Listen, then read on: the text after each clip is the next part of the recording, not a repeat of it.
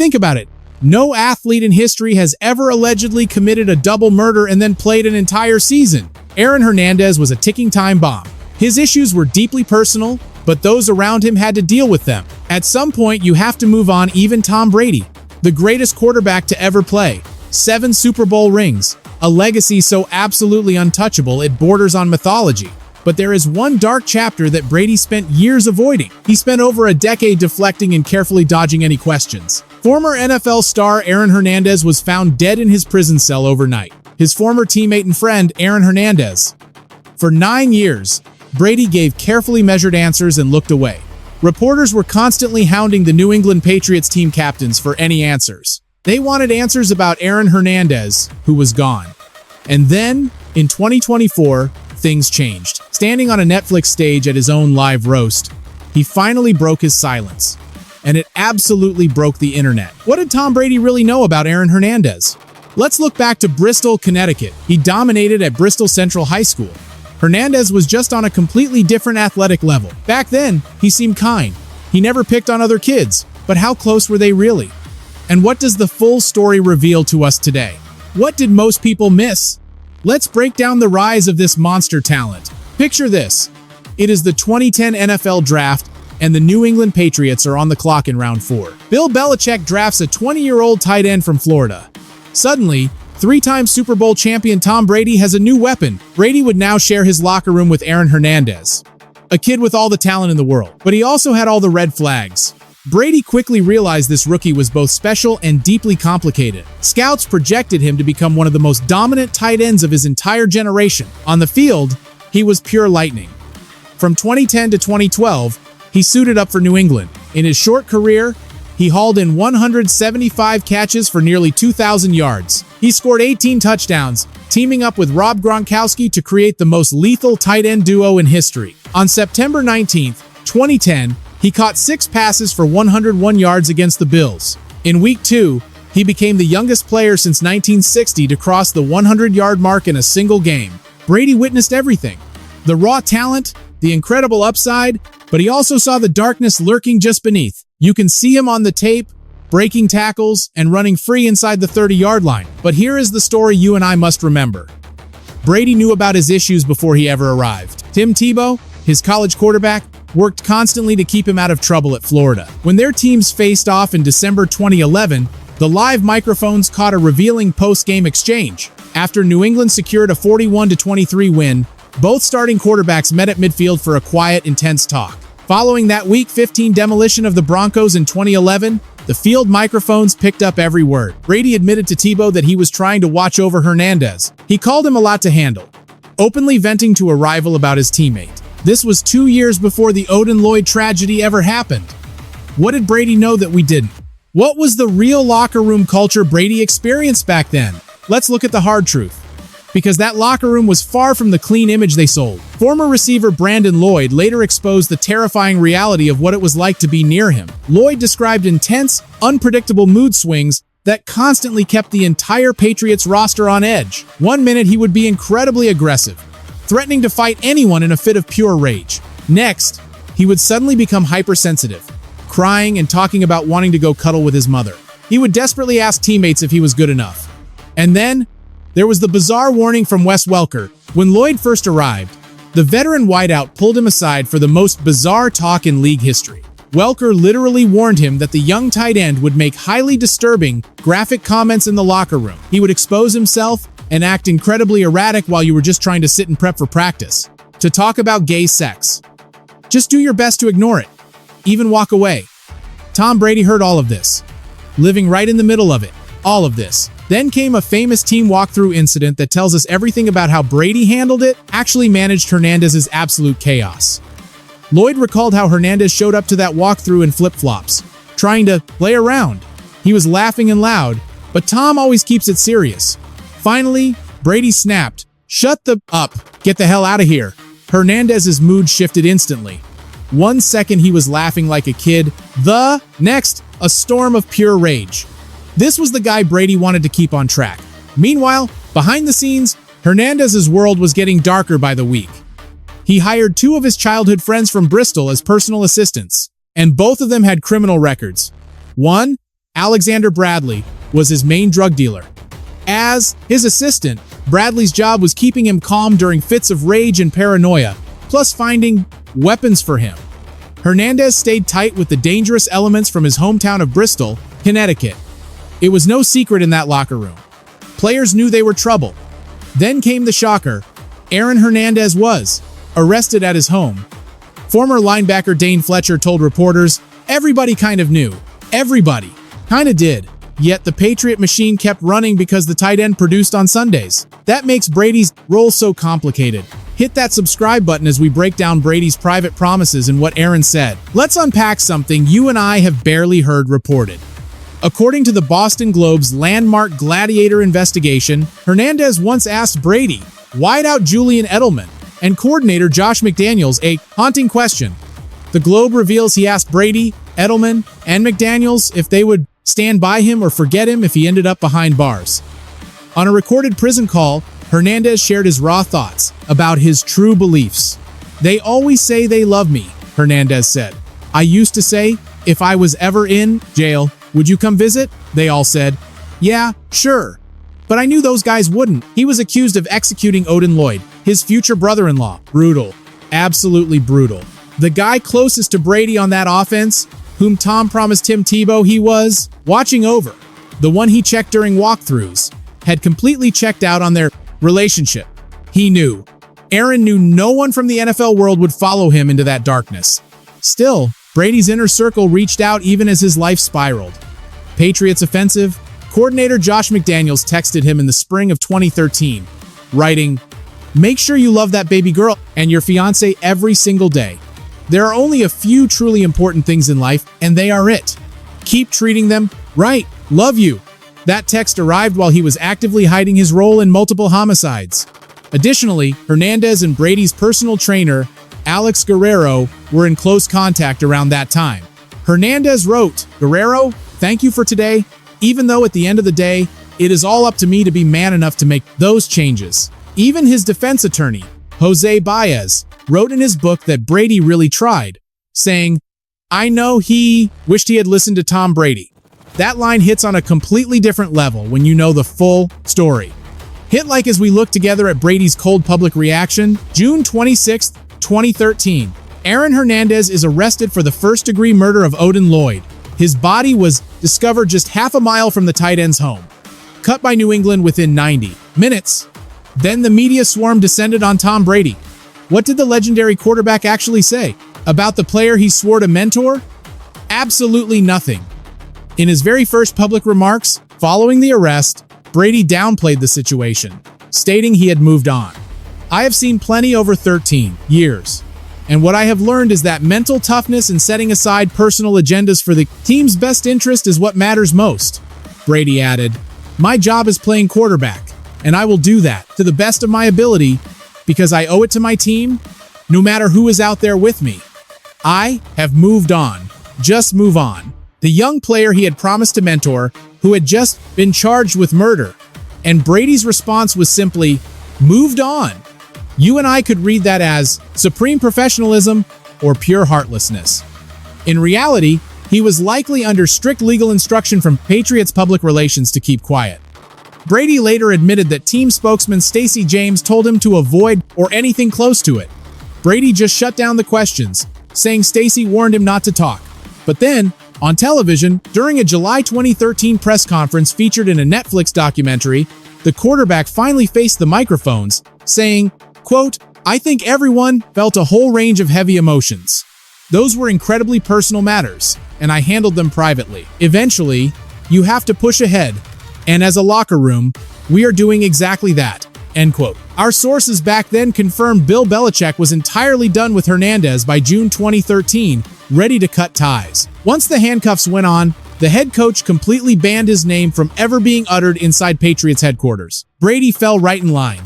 Total radio silence for years, until the grim medical reports came to light. Then came April 15th, 2015. A jury finds Hernandez guilty of first-degree murder in the Odin Lloyd case. Life without parole for a 25-year-old. His career, his $40 million contract, his future, evaporated. A championship partnership with Brady, shattered. Then on April 19, 2017, the ultimate tragedy struck. Guards discovered Hernandez dead in his prison cell, having taken his own life. The dynamic tight end was gone. He was only 27. A former rising star in New England, his life ended in darkness. And as you and I watch this unfold, notice how Brady was finally forced to break his long silence. On Boston radio station WEEI, the quarterback finally dropped his tight guard, admitting, quote, "I do not think about him very often. The situation is just deeply tragic for everyone. He was a teammate we shared the huddle with and won big games with. For all of us, it is a horrible thing. I still do not know what to make of it all. It is just incredibly sad." End quote. That is when Brady linked the tragedy to the storm currently shaking the league. He noted the massive rise in brain injury awareness, stating he understands the severe risks of taking hits on the gridiron. He explained he could only focus on protecting his own health.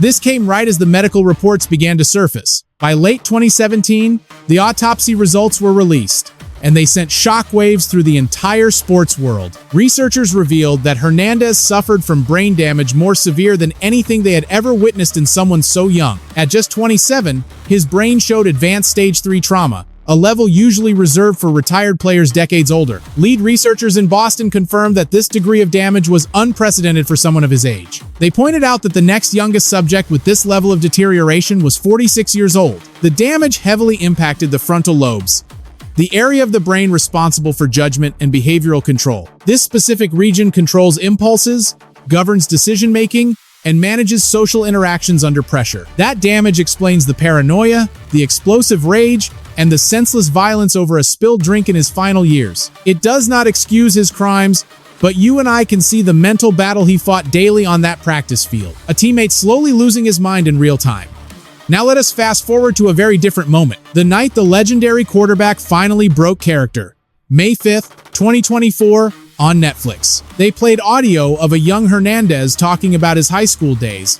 A completely different person. He was a gifted athlete who seemed harmless back then. Hit like as we recap, the greatest live television roast of all time. Comedians and former teammates gathered to trash the legendary quarterback. But when Brady took the mic, he stole the show. He delivered a punchline about Rob Gronkowski that lit up social media, targeting his old tight end room. He joked that the standard back then was simple: block, catch, and do not commit murder. The room erupted, but the reaction was fierce. Shayanna Jenkins, mother of Hernandez's child, publicly expressed her deep disappointment, saying it is sad. She must raise her children in such a cruel world. Even Julian Edelman made a dark joke that evening. Other comedians joined in, cracking jokes about the tragic ending and taking shots at the former New England roster. One comedian pointedly asked Randy Moss why he never won a ring, contrasting him with their former teammates' grim fate. The humor was brutal, but context is everything here. Remember, for 9 long years, Brady remained completely silent on the topic. He had played the corporate diplomat, offering only polished, safe responses like moved on or tragic. He completely avoided saying the name. Yet in 2024, before millions of fans, he dropped the shield. That one dark punchline showed you and me exactly how he processed the nightmare. Block, catch, do not murder. Just raw, blunt reality. Subscribe for more deep football stories as we unpack the game's darkest moments. Maybe a grim punchline 10 years in the making. A question Brady's silence never answered. Yet, 9 years later, one burning question still hangs in the air that nobody has truly answered. Just how much did Tom Brady know about Aaron Hernandez's dark life off the turf? The Patriots locker room claimed nobody saw this coming, but we know it changed things forever. Players started looking at things differently. But according to reports in the Boston Globe, former teammate Dane Fletcher, one of Aaron's few real friends on that roster, knew his crowd. Fletcher saw police questioning the tight end outside a Boston bar, surrounded by shady characters. He watched him hang with ex-cons from Connecticut, even driving him to that infamous Franklin apartment, a secret safe house packed with drugs and ammo. Aaron called it his hideout, fearing for his family. In fact, he begged Patriots coach Bill Belichick for a trade just weeks before the trigger was pulled. He wanted a West Coast team, but Belichick said no. Just think about that timing in 2013. By the spring of 2013, Aaron was so paranoid about his crew that he begged to run to the opposite coast. Respected sports journalist Greg Bedard, who covered this saga closely, made a chilling observation about it. Things end differently if he is in Seattle or San Francisco, far away from his old hometown crew. Brady knew there was trouble. He even warned Tim Tebow back in 2011, but the system ruled. Under the Patriot way, you keep quiet, block out the noise, and just play. Hit subscribe for more NFL breakdowns. While the New England machine kept winning, their young star was spiraling toward total self-destruction. After his tragic end, high school teammate Dennis Sansucci dropped a major truth bomb. Getting drafted by New England was a disaster because it kept him right next to his criminal past, too close to his toxic Connecticut crew. But his prison letters reveal what he really thought of Brady. Even locked away for good, the fallen star could not stop thinking about his old teammates. He wrote letters, shared hot takes, and what he said about Tom Brady is absolutely devastating. From behind bars, he slammed Patriots owner Robert Kraft, calling him fake and disloyal. Yet, he praised his teammates, claiming he was actually closest with quarterback Tom Brady. He liked Julian Edelman and Deion Branch, and called Rob Gronkowski the greatest tight end ever. Let us look at this together from a prison cell. Serving life without parole, he made a claim. Aaron considered Brady his ultimate brother. Not Gronk, not Edelman, Brady. But the phone never rang. No visits, no calls. The quarterback had moved on, exactly like Aaron predicted in a recorded jail phone call. He knew those guys would ghost him, and he was right.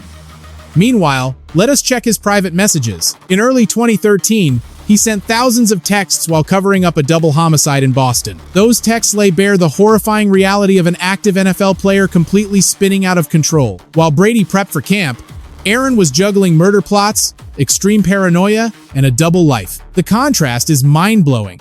Two superstars who shared a huddle, won rings, and chased glory together ended up in totally opposite worlds. One headed to Canton, the other locked in a cell. Now, what does Brady's perspective actually reveal about his former teammate? When you and I look at the full timeline, a very clear picture begins to emerge. Brady knew he was troubled from day one. He tried to mentor him, trying to keep him on track. He got on him, warned him about his bad crew, and kept tabs on him constantly. He saw the erratic behavior up close. But when the hammer fell, Brady executed the ultimate business move. He cut ties completely. Years later in 2018, Aaron's lawyer released a book. Defense attorney Jose Baez dropped a memoir exposing the dark truth behind the trial. Baez revealed that Brady was deeply troubled by the dangerous crowd hanging around his teammate. The lawyer noted that Aaron deeply regretted not listening to the legendary quarterback's advice. Just let that sink in. Brady was trying to tell him, in his usual blunt style, to wake up. Shut up, lock in, do your job, and act like a pro. Like and subscribe for more. As commentators, we now know Hernandez simply could not stop. Not because he chose not to, but because his damaged brain physically could not. After his death, the science proved it. Ann McKee, the head of Boston University's CTE Center, explained the reality. People with CTE of this severity struggle with impulse control, making decisions, and containing their violent urges. They suffer from extreme mood swings and rage. Every single warning sign she listed mapped directly onto what Brady, Lloyd, Welker, and Fletcher were witnessing in real time for 3 straight years. In those final, chaotic seasons before his arrest, reports show Hernandez grew incredibly paranoid, started abusing PCP, and carried a handgun with him at all times. A damaged brain, a violent childhood, a toxic hometown circle, and a football culture that looked the other way as long as he scored touchdowns.